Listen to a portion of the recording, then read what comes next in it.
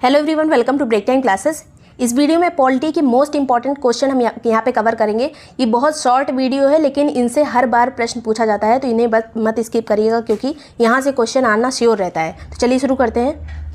तो राज्यसभा में सीटें हर बार पूछी जाती है। राज्यसभा किस आर्टिकल में है? तो आर्टिकल 80 में है। अगर संसद पूछा जाए तो 79 में है, राज्यसभा 80 में है और लोकसभा किस में है? 81 में। तो ये भी याद होना चाहिए। अधिकतम सीट कितनी है राज्यसभा में? तो 250 सीटें, वर्तमान में 245 सीटें हैं। अब यहाँ पे सबसे कम से लेकर सीटें देखते हैं। तो एक सीट कहाँ कहाँ पे है? जितने उत्तर पूर्वी राज्य हैं सिक्किम को लेकर, यहाँ पे असम को छोड़ दिया जाए। सभी उत्तर पूर्वी राज्य सिक्किम को लेकर, असम को छोड़कर और गोवा को भी साथ में लेकर एक सीट है। कहाँ पे एक सीट नहीं है? केवल असम में एक सीट नहीं है, बाकी उत्तर पूर्वी सभी राज्य और गोवा में एक सीट। हर बार पूछा जाता है ये चीज़। उसके बाद है उत्तराखंड और हिमाचल प्रदेश में 3-3 सीटें हैं। उत्तराखंड और हिमाचल प्रदेश में 3 सीटें, जम्मू कश्मीर में 4 सीट। फिर आता है छत्तीसगढ़ और हरियाणा में 5 सीटें हैं। छत्तीसगढ़ और हरियाणा में 5 सीटें। झारखंड में है 6 सीटें। असम, तेलंगाना और पंजाब, असम, तेलंगाना, पंजाब में 7 सीटें हैं। केरल में 9 सीट है। राजस्थान और उड़ीसा में 10 सीट है। राजस्थान उड़ीसा में 10 सीट। इसको 1-2 बार रिवाइज कर लीजिएगा, स्पीड बढ़ा के देख लीजिएगा क्योंकि हर बार इससे क्वेश्चन आता है। आंध्र प्रदेश, मध्य प्रदेश और गुजरात में 11 सीटें हैं। आंध्र प्रदेश, मध्य प्रदेश, गुजरात में 11 सीटें। कर्नाटक में 12 सीट है। पश्चिम बंगाल और बिहार बगल बगल हैं, तो यहाँ पे 16 सीट है पश्चिम बंगाल और बिहार में। फिर आता है तमिलनाडु और महाराष्ट्र में। तमिलनाडु में है 18 सीट, महाराष्ट्र में है 19 सीट। तमिलनाडु में 18 सीट, महाराष्ट्र में 19 सीट। उत्तर प्रदेश में सबसे ज़्यादा 31 सीट। अब उत्तर प्रदेश की लोकसभा की सीटें भी याद होनी चाहिए। तो लोकसभा में 80 सीटें हैं उत्तर प्रदेश की और राज्यसभा में 31 सीटें हैं। अब यहाँ पे 2 केंद्र शासित प्रदेश भी हैं जिनकी राज्यसभा में इनकी ये रहते हैं। तो पुदुचेरी में 1 सीट है राज्यसभा की और दिल्ली से 3 सीटें हैं राज्यसभा की। ये दोनों भी पूछा जा सकता है। आगे कुछ राज्यों के बारे में विशेष प्रबंध किए गए हैं, विशेष उपबंध किए गए हैं, उनसे भी मैचिंग में क्वेश्चन आता है।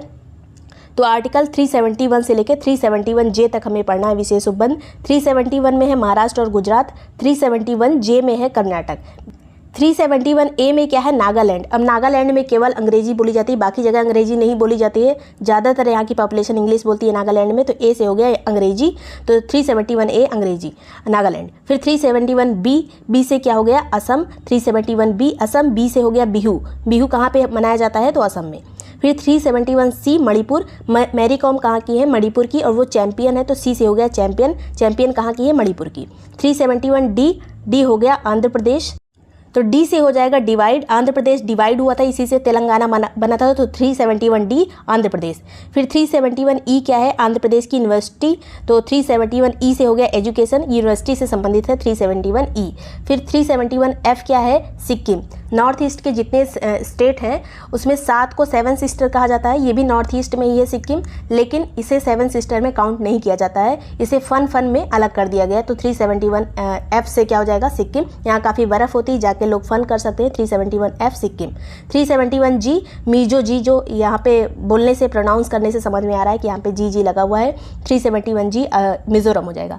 फिर 371 एच अरुणाचल प्रदेश। अरुणाचल प्रदेश में काफ़ी जंगल हैं, तो यहाँ पे हेलीपैड बनाना पड़ेगा। हेलीपैड ऐसे बनता है, एच लिखा होता है, तो यहाँ पे हमको डायरेक्टली जाना पड़ेगा उड़ के। तो 371 एच क्या हो गया? अरुणाचल प्रदेश। 371 आई क्या हो गया? गोवा हो गया। इसको हमने पुर्तगाल से, इंडिया ने किससे लिया था? पुर्तगाल से लिया था, लास्ट में एकदम आया था, ये इंटर हुआ था इंडिया में। तो ये हो गया आई, इंडिया ने लिया था, आई हो गया गोवा। फिर जे वाला हमें लास्ट में ही इसको याद ही रखना है, 371 जे कर्नाटक। पहला वाला 371 महाराष्ट्र और गुजरात था क्योंकि दोनों एक साथ बने थे, और 371 जे लास्ट वाला कर्नाटक हो गया। आगे चलेंगे। अंतर्राज्यीय परिषद बार बार पूछा जाता है, किस आर्टिकल में है? तो 263 में है। इसमें केंद्र राज्य संबंध में समन्वय की बात की गई है। ये राज्य परिषद बना के, इसका गठन कौन करता है? गठन करता है राष्ट्रपति। और ये किस आयोग की सिफारिश पर बना था? तो सरकारी आयोग की सिफारिश पर 1990 में 1990 में अंतर्राज्यीय परिषद का निर्माण किया गया था। और इसका पदेन अध्यक्ष कौन होता है? प्रधानमंत्री। इसके सदस्य संबंधित राज्य के मुख्यमंत्री होते हैं, साथ में 6 अन्य मंत्री भी इसमें शामिल होते हैं संबंधित राज्यों के। इसमें पदेन अध्यक्ष बार बार पूछा जाता है, तो प्रधानमंत्री होता है। गठन कौन करता है? राष्ट्रपति करता है। फिर आर्टिकल 252 क्या है? तो 2 या 2 से अधिक राज्य अगर चाहें तो संसद राज्य सूची के विषय में कानून बना सकती है। किस आर्टिकल में है? आर्टिकल 252 में। 253 में क्या है? अंतर्राष्ट्रीय समझौते के संबंध में जो संसद है वो निर्णय ले सकती है। ये किस में है? 253 में। इसमें किसी राज्यों का से पूछने की जरूरत नहीं है, संसद चाहे तो जो निर्णय ले सकती है अंतर्राष्ट्रीय संबंध में 253 में दिया हुआ है। अब आर्टिकल 266 काफ़ी पूछा जाता है एग्जाम में, संचित निधि से संबंधित है। संचित निधि का एक जो गार्जियन होता है, मतलब देख रेख कौन करता है, किससे अनुमति लेके हमें संचित निधि से पैसे निकालने होते हैं, तो लोकसभा अध्यक्ष इसका गार्जियन होता है। और आर्टिकल 267 क्या है, आकस्मिक निधि। 266 है संचित निधि, 267 है आकस्मिक निधि, और इसका जो मेन गार्जियन होता है वो होता है राष्ट्रपति। इसके अलावा एक चीज़ और इम्पॉर्टेंट है, इतिहास में अब तक कितनी बार संयुक्त अधिवेशन बुलाए जा चुके हैं, मतलब लोकसभा और राज्यसभा एक साथ जो अधिवेशन होता है कौन बुलाता है, राष्ट्रपति बुलाता है। आर्टिकल 108 के अंतर्गत अभी तक 3 बार, इतिहास में अभी तक 3 बार ये अधिवेशन बुलाया जा चुका है, संयुक्त अधिवेशन। इसकी अध्यक्षता कौन करता है, लोकसभा का जो अध्यक्ष होगा। और ये कब बुलाया गया था, दहेज प्रतिबंध विधेयक जो 1961 का था उस टाइम पे। और इस टाइम पे प्रधानमंत्री भी कौन था ये भी पूछा जाता है, तो जवाहरलाल नेहरू इस टाइम पे प्रधानमंत्री थे। इसके बाद दूसरी बार बुलाया गया था बैंकिंग सेवा आयोग अधिनियम से संबंधित जो विषय था उसके संबंध में, ये 1978 की बात है। इस टाइम पे प्रधानमंत्री थे मोरारजी देसाई। फिर आतंकवाद निवारण जो अध्यादेश, एक पोटा कानून के संबंध में आया था, ये पोटा कानून कहा जाता है, POTA, ये 2002 में आया था। 2002 में ये अधिवेशन बुलाया गया था और इस टाइम पे अटल बिहारी वाजपेयी की सरकार थी। नेक्स्ट है, एक ऐसे व्यक्ति हैं जो राष्ट्रपति भी रह चुके थे, उपराष्ट्रपति भी रह चुके थे, राज्यपाल भी रह चुके थे, मुख्यमंत्री भी रह चुके थे। ये कौन है पूछा जा सकता है, तो शंकर दयाल शर्मा। कार्यवाहक राष्ट्रपति अभी तक कौन कौन रह चुका है, तो 3 व्यक्ति हैं, एक VV गिरी, एक हिदायतुल्ला, एक BD जस्ती। फिर आते हैं यहाँ पे आर्टिकल 61 क्या है, तो महाभियोग संबंधित है आर्टिकल 61 से। अध्यादेश किस में आता है, 123 में। महाभियोग 61 में, अध्यादेश 123 में। फिर आता है किस व्यक्ति के अगर उसको हटाना हो उसके पद से, तो महाभियोग चलाने जैसी प्रक्रिया चलानी पड़ेगी, तो राष्ट्रपति को हटाने के लिए महाभियोग लगेगा। फिर कैग जो CAG होता है उसको हटाने के लिए महाभियोग जैसी प्रक्रिया का पालन करना पड़ेगा। सुप्रीम कोर्ट और हाई कोर्ट के जो जितने भी जस्टिस होंगे उनको हटाने के लिए भी महाभियोग जो प्रक्रिया होती है उससे गुजरना पड़ेगा।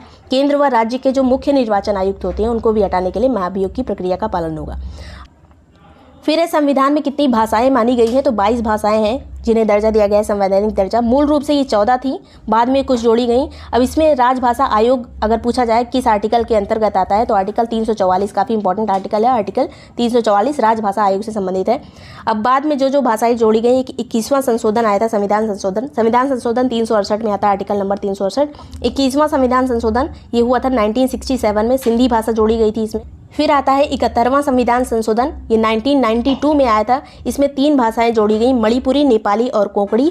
फिर 52वां संविधान संशोधन ये 2003 में आया था। इसमें मैथिली, डोगरी, बोडो और संथाली जोड़ी गई थी संवैधानिक भाषाओं के अंतर्गत। जिस तरह से 22 भाषाएं हो गई। इतनी चीज़ें काफ़ी ज़्यादा इंपॉर्टेंट है, बार बार क्वेश्चन रिपीट करता है। वीडियो पसंद आया हो तो लाइक और सब्सक्राइब कर दीजिएगा। Thank you so much watching break time classes.